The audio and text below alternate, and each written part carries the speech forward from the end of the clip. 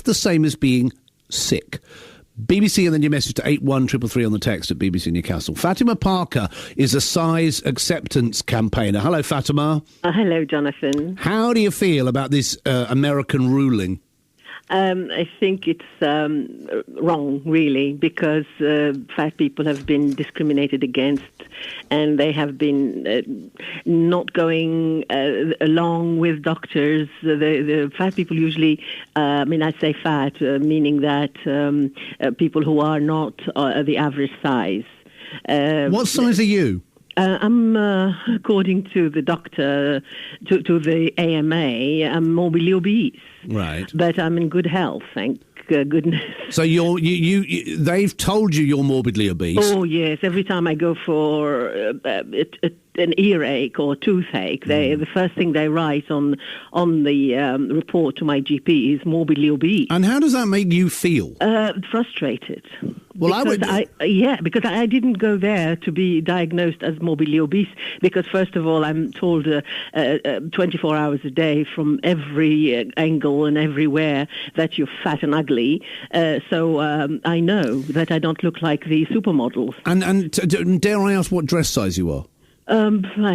Depends, 24 or something like that. Okay. Yeah.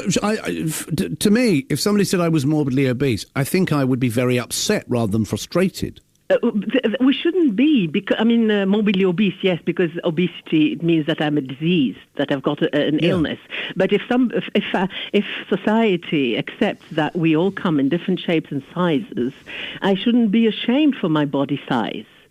And it's a waste of time. Already before this ruling, we had trouble communicating and getting along with doctors, because they don't look at us as normal. They just say, right, you already got that weight on you. It means anything you come to me with is caused by that. Go and lose weight. Fatima, can I ask you this? There's some people on our Facebook page saying it's not a disease, but it's actually a mental illness. What do you think of that? Of course. If you are bashed every day, if every time you turn anywhere you put in on the TV or you go even in the street, or you're not in peace anywhere, as I said to one of your producers, you are not allowed to live if you don't have a supermodel body. In real life, normal life, if you are fat or obese or morbidly obese is even worse, you do not exist. And you have an illness, you have a stigma, you have something that ostracizes you in society and gets you out. You've got to lose weight to get back into humanity. So that would drive anybody crazy, really. Well, let me ask you this: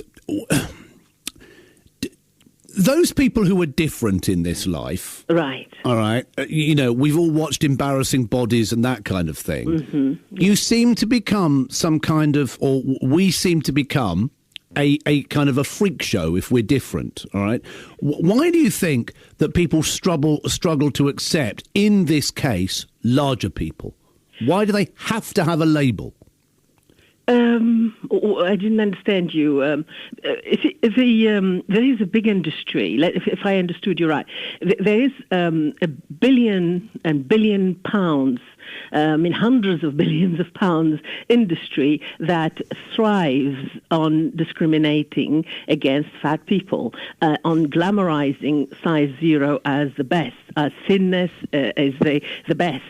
So to carry on in that, making those billions, you have to get the society to believe that fat is ugly and fat is horrible. And anyone who puts on a little bit of weight are letting themselves go, and they are just getting ugly. And now they have this health issue to make it more official and to make it more dangerous. You tend to wonder. More credible. You tend to wonder whether the medical profession could find a different word.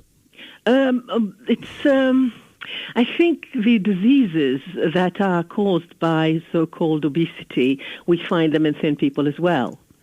So if they really cared about the nation's health, they should stress on educating everyone and making ways for everyone to have education as well on healthy eating and on movement. And then another thing, that if you have a disease, sometimes extra weight and underweight can be a symptom of another disease, a more dangerous disease. They worry if you go to them with weight loss because they think you've got cancer. But if you go to them with overweight, so they'll say, "Oh yes, of course, you've eaten too much and you're lazy." All right, let's talk about this. Dr. Warwick in the Gateshead area is on the text. He says, being fat isn't a disease. Sure, some unfortunate people have medical conditions which can increase obesity, but for the majority, being fat is merely a lazy lifestyle choice. If these fatties went to the gym and ate properly, they'd lose weight, feel better, and not be as much of a burden on society. Of course. I mean, this is the rhetoric. This is a mantra. They tell them you can't be fat. It's impossible. You can only be, you become fat by being lazy and overeating, which is not true. There's a lot of research now that denies this. I think we have to erase this from people's minds and open your mind and look. I mean, I'm morbidly obese, as I told you. I don't spend my time all day eating and being lazy. We have so many people who are fat or morbidly obese and who are successful. They've got PhDs, they're scientists, they're athletes, and so on. Can I ask you though? I mean, you said you're around a size 20, and you said the doctors say that you're morbidly obese. Of course, yes. If I took you by the hand and I made you every day go to the gym for an hour and do stuff, right, would it fall off you? Would you still be morbidly obese? Would a gene kick in and go, no, I'm never losing weight? Jonathan, I've done it. Millions of us have done it. We lose the weight and then it comes back because we are